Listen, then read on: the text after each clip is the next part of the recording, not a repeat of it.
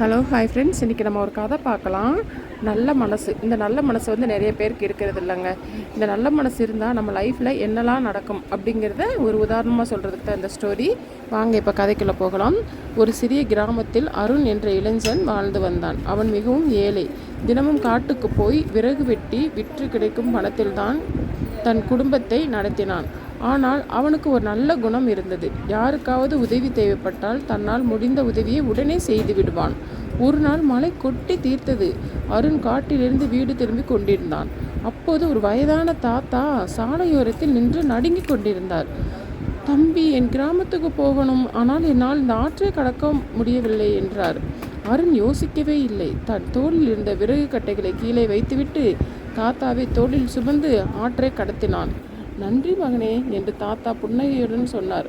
அருண் சிரித்துக்கொண்டே, இதுக்கெல்லாம் நன்றி எதுக்கு தாத்தா? உதவி செய்ய முடிந்தது எனக்கு சந்தோஷம் என்று சொல்லிவிட்டு சென்றான். சில நாட்கள் கழித்து அந்த கிராமத்திற்கு ஒரு பெரிய பணக்காரர் வந்தார். அவர் ஒரு பெரிய அறிவிப்பு வெளியிட்டார். என் தோட்டத்தை பார்த்து கொள்ள நேர்மையான ஒருவரை தேடுகிறேன். யார் உண்மையானவரோ அவருக்கே இந்த வேலை. பலரும் வந்தார்கள். எல்லோரும் தங்களை நல்லவர்கள் என்று சொன்னார்கள். அப்போது அந்த பணக்காரர் அருணை பார்த்ததும் எழுந்து நின்றார்.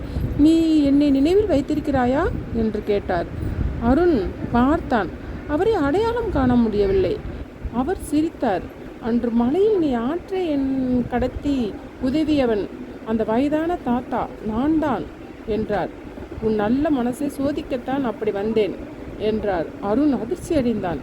உன்னை போன்ற நேர்மையான மனிதன் எனக்கு வேண்டும். இனிமேல் இந்த தோட்டத்துக்கு நீயே பொறுப்பு. அருணின் வாழ்க்கை மாறியது. நல்ல சம்பளம் கிடைத்தது. குடும்பம் மகிழ்ச்சியாக வாழ ஆரம்பித்தது. ஆனால் அவனிடம் இருந்த ஒரு விஷயம் மட்டும் மாறவே இல்லை. அது என்னவென்றால் ஏழைகளுக்கு உதவுவது. பல ஆண்டுகள் கழித்து கிராம மக்கள் அனைவரும் ஒரு வார்த்தை சொன்னார்கள். பணம் இருந்தால்தான் அவன் பெரியவன் ஆகல, நல்ல மனசு இருந்ததனால்தான் அவன் பெரியவன் ஆனான் என்று அருணை பார்த்து சொன்னார்கள். நீதி. நாம் செய்யும் நல்ல செயல்கள் ஒரு நாள் நமக்கே நல்ல பலனாக திரும்பி வரும். உதவி செய்வதை மறந்துவிடு, ஆனால் செய்த நன்மை உன்னை ஒரு நாளும் மறக்காது. இந்த கதையிலேருந்து நீங்கள் என்ன ஃப்ரெண்ட்ஸ் தெரிஞ்சுக்கிட்டீங்க? ஒருத்தவங்களுக்கு நம்ம உதவி செய்யணும்னா அதோட பிரதிபலன் நம்ம எதிர்பார்க்கக்கூடாது. நான் அன்றைக்கி அவனுக்கு உதவி செஞ்சேன், அவனை எனக்கு ஒன்றுமே பண்ணலை அப்படி சொல்லிட்டு நம்ம நினைக்கக்கூடாது. நம்ம செய்கிறத நம்ம கடமையை நம்ம செய்வோம். வட்டியும் முதலும் சேர்த்து ஒரு நாள் வரும். எப்படி இப்போ ஒருத்தவங்களுக்கு ஒரு 1000 ரூபாய் நம்ம கடன் கொடுத்தோம் அப்படின்னா அது வட்டி கொடுத்து வாங்குவாங்கன்னு சொல்லுவாங்களே, அது எப்படி வருதோ அதை விட பல மடங்கு வரும். அது மட்டும் இல்லை, நம்ம செய்கிற உதவி, தானம், தர்மம் எல்லாம் நம்மளுடைய சந்ததிகளுக்கும் அது நல்ல ஒரு பலனை கொடுக்கும்.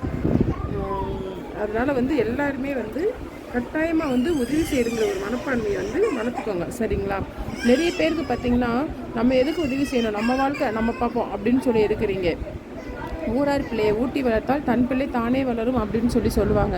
அதனால நம்மளால் ரொம்ப உதவி செய்ய முடியாட்டாலும் பரவாயில்ல, ஏதோ ஒரு டம்ளர் தண்ணி, ஒரு வேளை சாப்பாடு, ஒரு ரோட்டை கிராஸ் பண்ணுறது, ஒரு கண் தெரியாதவங்க இருந்தாங்கன்னா ஒரு ரோட்டை கிராஸ் பண்ணுறது, ஒரு முதியவர் இருந்தாங்கன்னா அவங்களுக்கு கொஞ்சம் சின்ன சின்ன ஹெல்ப் பண்ணுறது. இதுதான் நம்ம ஒரு பெரிய உதவி செய்யணும் அப்படிங்கிறதெல்லாம் கிடையாது.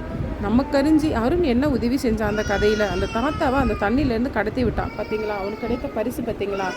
அதனால் கட்டாயமாக எல்லோருமே அந்த உதவி செய்கிற மனப்பான்மையை வளர்த்துக்கொள்வோம். இதுதான் இந்த கதையின் நீதி. எத்தனை பேருக்கு இந்த கதை பிடிச்சிருக்குன்னு தெரியல. பிடிச்சிருந்தால் லைக் பண்ணுங்கள், ஷேர் பண்ணுங்கள், கமெண்ட் பண்ணுங்கள், மறக்காமல் சப்ஸ்கிரைப் பண்ணுங்கள். Okay friends, okay, by.